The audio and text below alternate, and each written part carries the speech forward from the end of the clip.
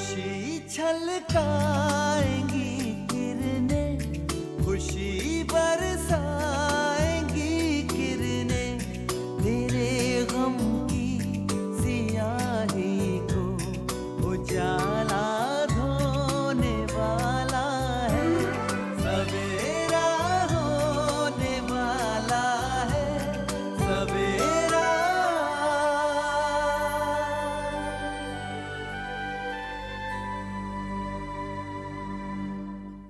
और आपकी तकदीर में ना ही मैं थी और ना ही आरजू, इसलिए हम दोनों ही आपकी जिंदगी में नहीं रहे। सबूत तुमने चोरी किए। शबाना जी, मैं आपको यकीन दिलाता हूँ कि अगर आप लोगों को ये रिश्ता मंजूर नहीं है, मैं शाहीन को समझाऊंगा। आपके पहले शौहर कहीं एडवोकेट असद शेख तो नहीं है? शाहीन एक इंसान से मोहब्बत करती है क्योंकि वो इंसान मोहब्बत करने के लायक है। उसका एक बच्चे का बाप होना या तलाकशुदा होना अब कोई अहमियत नहीं रखता।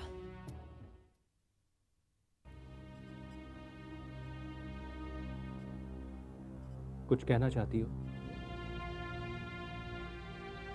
सुबह से देख रही हूँ, आप कुछ बदले बदले से नजर आ रहे हैं। नहीं, ऐसा कुछ नहीं। आप कुछ छुपा रहे हैं मुझसे? नहीं। कोई बात तो है जो आपको परेशान कर रही है। ऐसा कुछ नहीं है Shaheen.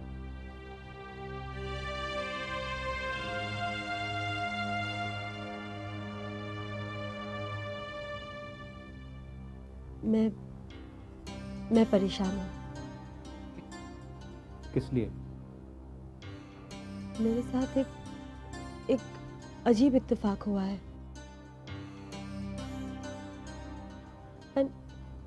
And it's very very disturbing for me. Asad, वाकई दुनिया बहुत छोटी है। मेरी मुलाकात रुबीना से हुई।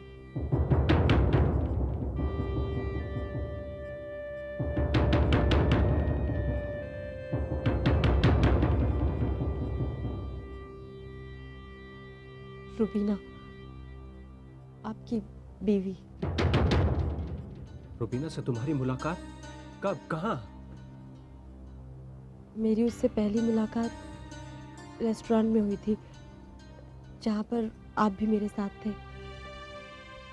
इत्तेफाक से आप दोनों ने एक दूसरे को नहीं देखा। कल जब रुबीना मेरे घर आई तो उससे तफसील से बात हुई। तब पता चला कि रुबीना ही आपकी। रुबीना तुम्हारे घर आई? क्या ताल्लुक है तुम्हारा उससे? उसी के तलाक का मुकदमा है, जिसे लड़ने की मैंने आपसे इजाजत मांगी थी।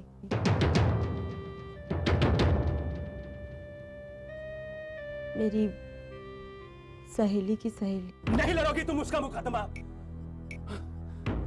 तुमने मुझसे पूछा था ना कि मुझे कोई एतराज तो नहीं? हाँ, मुझे एतराज है। लेकिन असद, अब रुबीना को अपनी गलती का एहसास हो चुका है। आपको छोड़ने के बाद उसने जिस शख्स से निकाह किया वो अच्छा आदमी नहीं है। उसने उसकी जिंदगी जहन्नुम बनाकर रख दी है। उसे तलाक देने के बाद रुबीना आपके पास वापस आना चाहती है। उसे आपकी और फरहान की जरूरत है, और उसका ये कहना है कि वो आपके और फरहान के बिना जिंदा नहीं रह सकती। झूठ बोलती है वो शाहीन, झूठ बोलती है।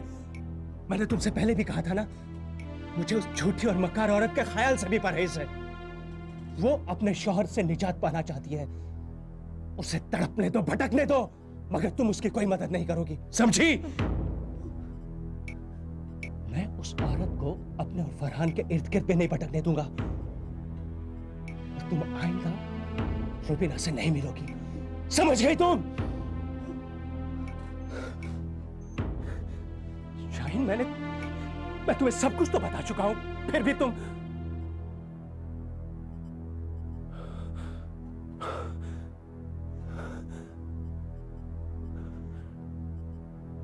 शाहीन, मैंने फैसला किया है।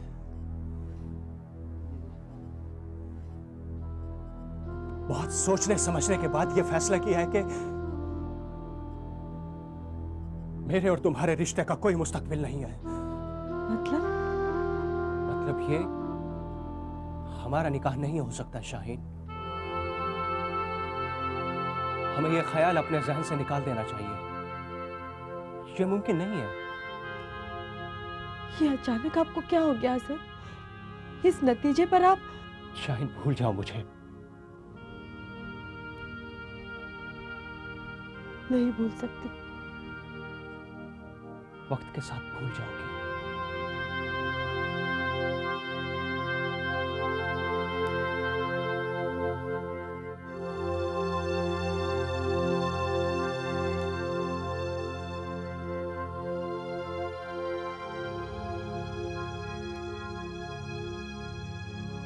क्या मुझे भुलाने का इरादा कर चुके हैं आप? मुझे तो तन्हा जिंदगी काटने की आदत सी हो गई है शाहीन।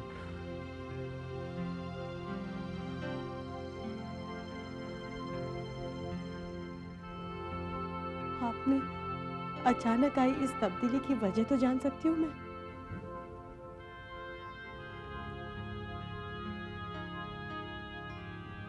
शाहीन, शाहीन, तुम्हारे घर वाले हमारे इस रिश्ते को कभी मंजूरी नहीं देंगे। मत नाराज करो उन्हें, मत नाराज करो। शाहीन, तुम्हारे घर वाले तुम्हारी जिंदगी में मुझसे ज्यादा अहमियत रखते हैं।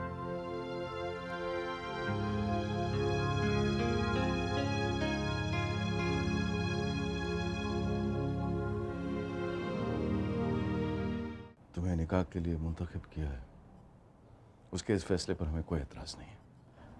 शुक्रिया अंकल। अंकल, मैं जानता हूँ आपने कितने सलीके और जतन से तसरीन की तालीम और तरबियत की।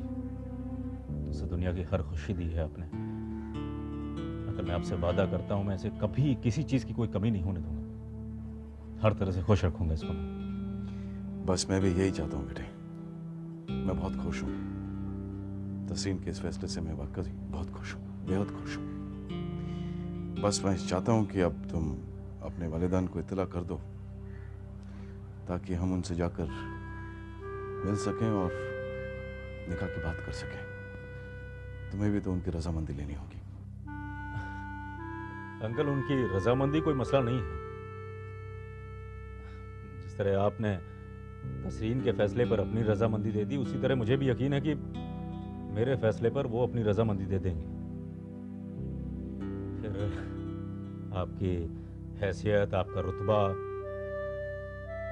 और तसरीन को देखने के बाद तो इनकार की कोई वजह ही नहीं रहेगी उनके पास।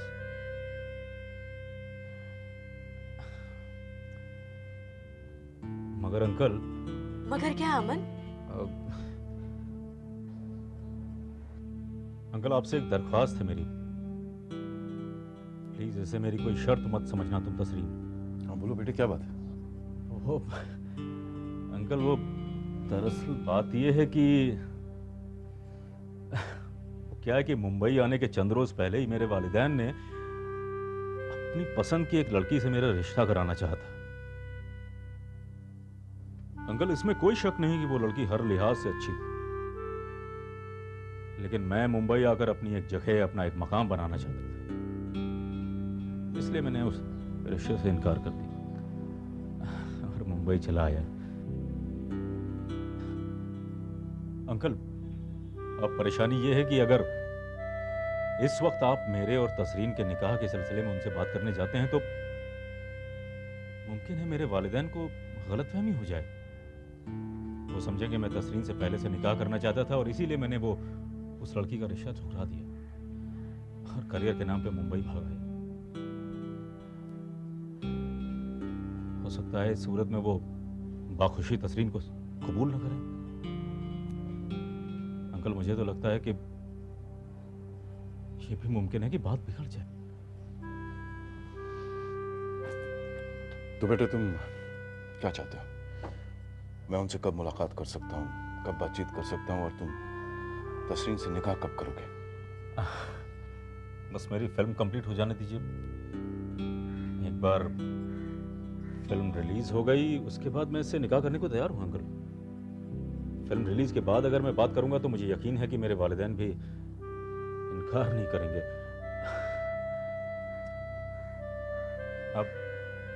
आप लोग मेरी परेशानी समझ रहे हैं ना? हैं? बस 3-4 महीने की तो बात है।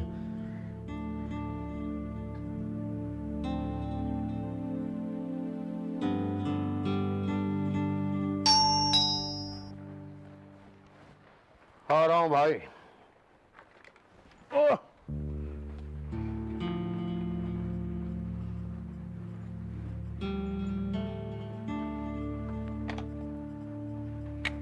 अरे आजा बेटे, आजा आजा। सलाम अलैकुम अब्बू। वालेकुम अस्सलाम बेटे, वालेकुम अस्सलाम। ये अचानक यहाँ कैसे आ गई? आ बैठ बैठ बैठ। बैठ बेटे। आपसे शाहीन के बारे में कुछ ज़रूरी बात करनी है अब्बू, इसीलिए जानबूझकर शाहीन की एब्सेंस में घर आई हूँ। असद से तेरी मुलाकात हुई बेटे? जी हाँ, मैंने उसे घर बुलाया था। तेरी बात उसकी समझ में आ गई? अब्बू, असद बहुत सुलझा हुआ इंसान है, बहुत समझदार है वो। जब मैंने उसे समझाया कि ये रिश्ता हो सकना मुमकिन नहीं है, तो वो फौरन मान गया कि हम लोगों की रजामंदी के बगैर वो शाहीन से निकाह नहीं करेगा। उसे इस बात का एहसास है अब्बू कि शाहीन और उसकी उम्र में फर्क है।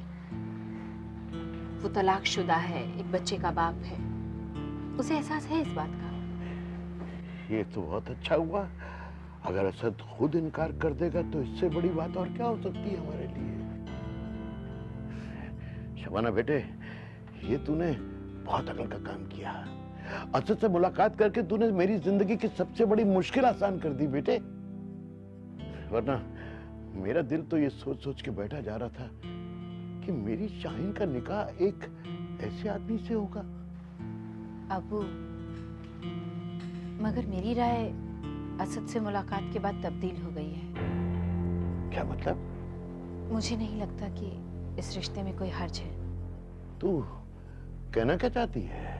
अबू, असद बहुत अच्छा इंसान है। मुझे यकीन है अगर आप उससे मिलें तो इस मामले में आपकी राय भी तब्दील हो जाएगी।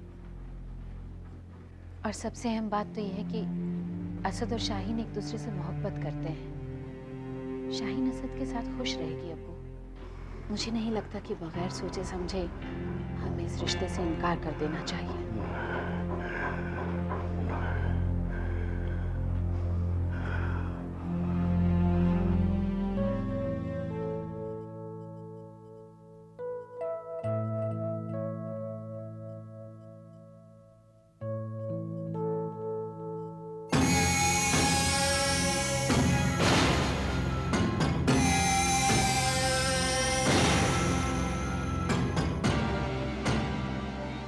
आखिर ये आदमी है कौन? पिछले कई रोज से मैंने इसे अपने इर्द गिर्द मंडराते हुए देखा। अलग अलग जगहों पर भी मैंने इसे देखा।